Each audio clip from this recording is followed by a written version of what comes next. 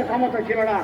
তাদের প্রভু কখন কাকে হুকুম দেবেন, তাকে তারা সেখানে পদায়ন করবেন, এই ছিল বাংলাদেশ ইতিহাস।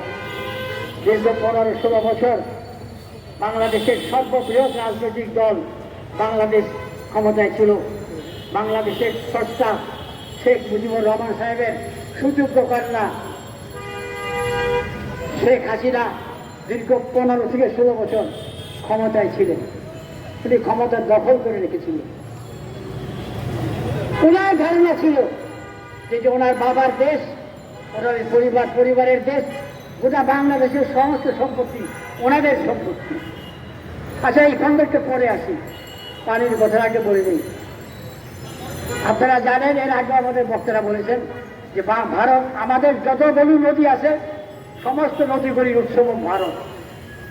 বাংলাদেশের 54টা নদী ভারতের উৎসব, ভারত থেকে প্রবাহিত।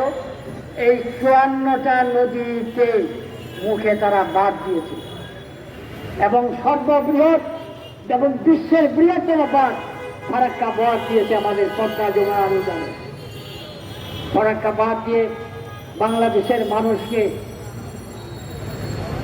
বাড়িতে ডুবিয়ে মারার চক্রান্ত দীর্ঘদিনে এটা মিসেস ইন্দিরা গান্ধীর বাপ জওহরলাল নেহরু আমল থেকে করেছে। জওহরলাল নেহরু বাদ দেয় নাই, তার কন্যা, সুযোগ্য কন্যা ইন্দিরা গান্ধী বাদ দিছে। বাদ দেওয়া যখন শুরু করলো, বাদের কাজ যখন দ্রুত গতিতে চলে, একটু আগে আমার সাংগঠনিক সম্পাদক একটা কথা বলে গেছেন যে তখন পাকিস্তানের প্রেসিডেন্ট ছিল ফিল্ড মার্শাল মোহাম্মদ আইয়ুব খান। তিনি বলেছিলেন ইন্দিরা গান্ধীকে, Mrs Indira Gandhi, remember this is not beyond my range, এটা আমার রেঞ্জের বাইরে না। ইন্দিরা গান্ধী আইয়ুব খান কথায় তাদের অসমাপ্ত কাজ বন্ধ রেখেছিল। কিন্তু দুর্ভাগ্যের বিষয়, শেখ হাসিনার বাবা মরহুম শেখ মুজিবুর রহমান সাহেব যখন বাংলাদেশের প্রধানমন্ত্রী, তখন তো বাংলাদেশের প্রধানমন্ত্রী বাংলাদেশের প্রধানমন্ত্রী তো ওরা। বাংলাদেশ হয়েছে পরে যাই দেবো, যে যত বড় ভোটারই করুক না কেন, বাংলাদেশ হয়েছে পরে আসল মালিক তারা। ওখান থেকে ক্ষমতা নেয়। যদি বলে হাসিনা ক্ষমতায় যাবে, তাহলে হাসিনা ক্ষমতায় যায়। যদি বলে খালেদা ক্ষমতায় যাবে, তাহলে খালেদা ক্ষমতায় যায়। তবে এর মধ্যে কথা আছে, তুষ্ট আর অতুষ্টের প্রশ্ন আছে। আওয়ামী লীগ, শেখ মুজিব, শেখ হাসিনা, শেখ রেহানা, এই উভয় দল তাদের গংরা ভারতের খুব পছন্দের মানুষ। ওনাদেরকে ক্ষমতা রাখলে তারা আসানের দেশ চালাতে পারে। তাই তবুও স্মরণ করি যে শেখ মুজিবুর রহমান সাহেব দেশে ফিরে আসার পরে তাজউদ্দিনকে বলছিল, কি কি চুক্তি করছো তাজউদ্দিন?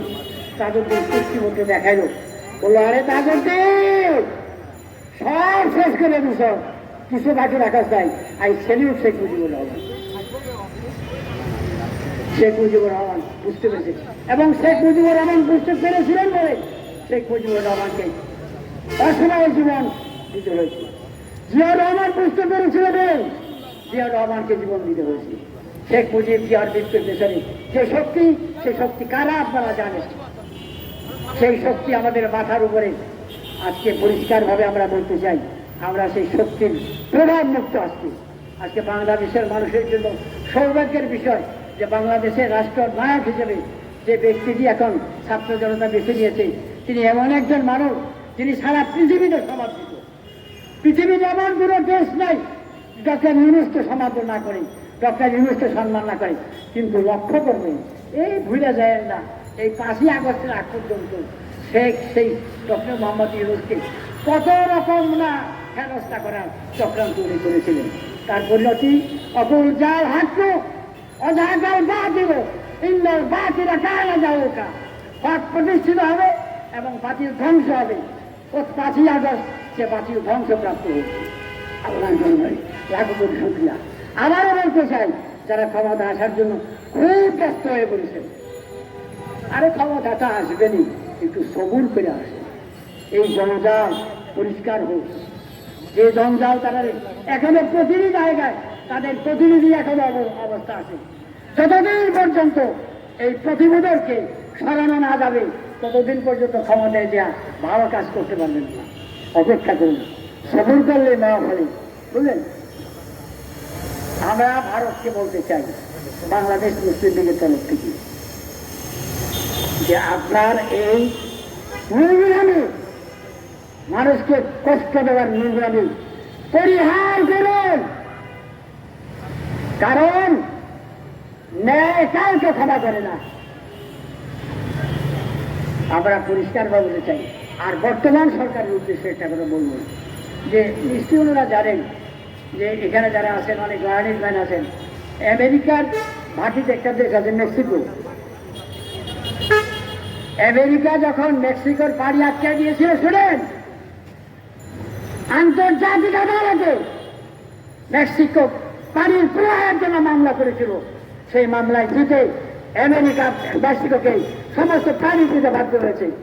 আমরাও ডক্টর মোহাম্মদ ইউনূসকে বলতে চাই, অনুরোধ বিনোদন করেন, আপত্তি নাই, প্রয়োজন হলে আমাদের ন্যায্য পাওনা আদায়ের জন্য যারা বাংলাদেশকে একটা মরুভূমিতে পরিণত করেছে।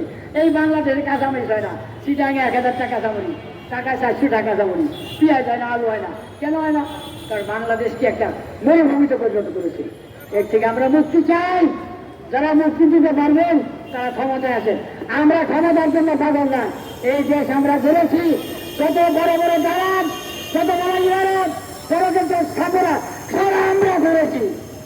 আপনারা কোন গালি দিচ্ছেন, সব আমরা করেছি। আমাদের বিরুদ্ধে হলো মানহানি মামলা হয় নাই, আমাদের বিরুদ্ধে দুর্নীতির মামলা হয় নাই, মুসলিম লীগের কোন নেতাকে মাথায় রশি নামতে দেখা আমরা দুঃখ হয়ে করতে পারি। আপনি সবর করে সব সুস্থ, তারপরে ক্ষমতা দেয়। আল্লাহ আমাদের হেফাজত করুন।